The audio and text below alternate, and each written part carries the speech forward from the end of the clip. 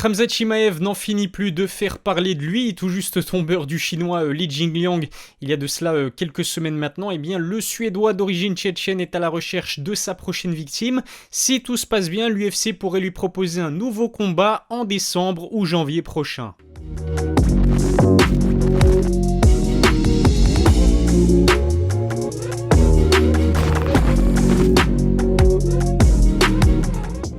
Salut à tous, c'est Ilyes, on se retrouve aujourd'hui pour une nouvelle vidéo. J'avais envie de vous parler de Khamzat Chimaev qui ne passe pas une journée sans être au cœur de l'actualité du MMA. Le désormais numéro 10 de la catégorie des poids welter veut continuer à être actif. Après plus d'un an d'absence en raison du Covid, on peut le comprendre. Borz, comme on le surnomme, reste tout juste sur une victoire impressionnante pour son retour à l'UFC. Il s'est facilement débarrassé de Li Jingliang. Le chinois était pourtant classé 11e de la catégorie des poids welter.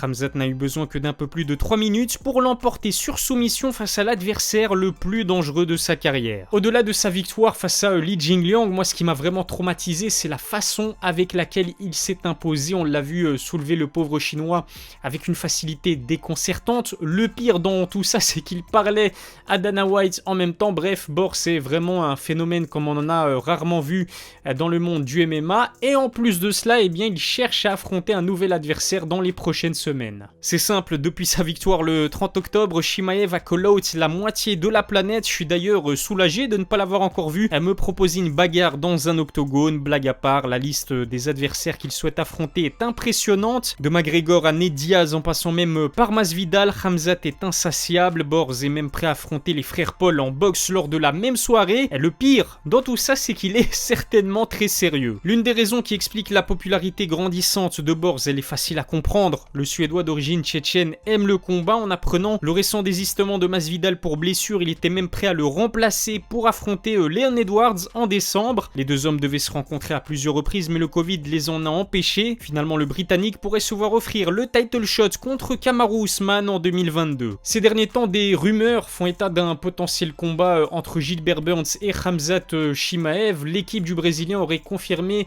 qu'effectivement des négociations étaient en cours avec l'UFC. Personnellement, je serais vraiment surpris de voir le numéro 2 de la catégorie des poids welter affronter le numéro 10. À part un très gros chèque, Gilbert Burns n'a pas grand chose à gagner à affronter un adversaire non seulement dangereux, mais en plus de cela bien moins classé que lui. Alors on le sait, l'objectif numéro 1 de Chimaev reste bien sûr d'affronter un jour Kamaru Usman. Khamzat veut accéder au titre et le Nigérian semble indéboulonnable sur le trône de la catégorie. Mais le numéro 1 pound for pound est bien sûr encore inaccessible pour le Tchétchène d'origine. Même Dana White l'a confirmé en interview. Il est encore beaucoup trop tôt pour qu'un tel combat ait lieu. De son côté, Kamaru Usman, le champion en titre, a confirmé qu'il serait très chaud à l'idée d'affronter un jour Khamzat Chimaev. Entre-temps, Borz va devoir d'abord faire ses preuves face à des adversaires du top 10.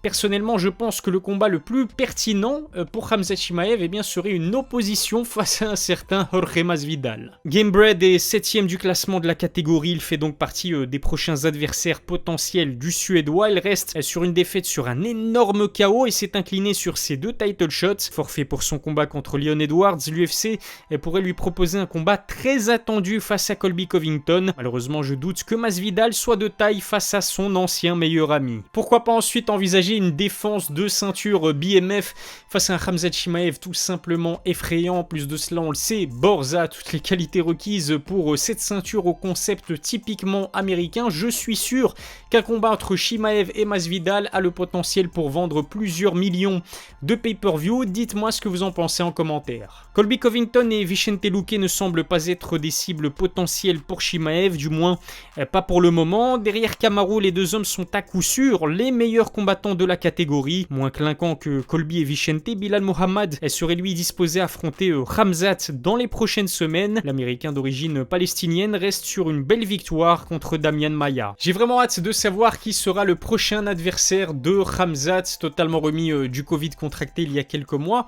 On pourrait même le voir combattre une nouvelle fois à l'UFC avant la fin de l'année. Si ça n'est pas le cas, eh bien Khamzat se montrera en tout cas beaucoup plus actif en 2022. Vainqueur de 2 combats dans 2 catégories de poids différentes en seulement 10 jours, Khamzat Chimaev est un véritable phénomène. Khamzat sera d'ailleurs opposé à son compatriote Jack Hermansson ce vendredi. Les 2 combattants s'affrontent selon les règles de la lutte libre en Suède. Une preuve de plus que Borz veut absolument rester active. Il n'y a aucun doute, cet homme est définitivement très spécial. Je vais prochainement réaliser une vidéo concernant les 5 prochaines stars en devenir à l'UFC. Je vous parlerai donc des combattants qui ont le potentiel pour devenir les têtes d'affiche de l'organisation dans les prochaines années. Ils ont non seulement le talent mais aussi la popularité requise pour devenir les prochains Khabib ou les prochains McGregor. N'hésitez pas d'ailleurs en attendant à me donner votre propre top 5 en commentaire. Abonnez-vous à ma chaîne YouTube, lâchez un petit pouce bleu si cette vidéo vous a plu et puis n'hésitez pas à vous abonner à mes réseaux sociaux. Les liens sont dans la description. Je vous remercie de m'avoir suivi. Je vous donne donc rendez-vous très vite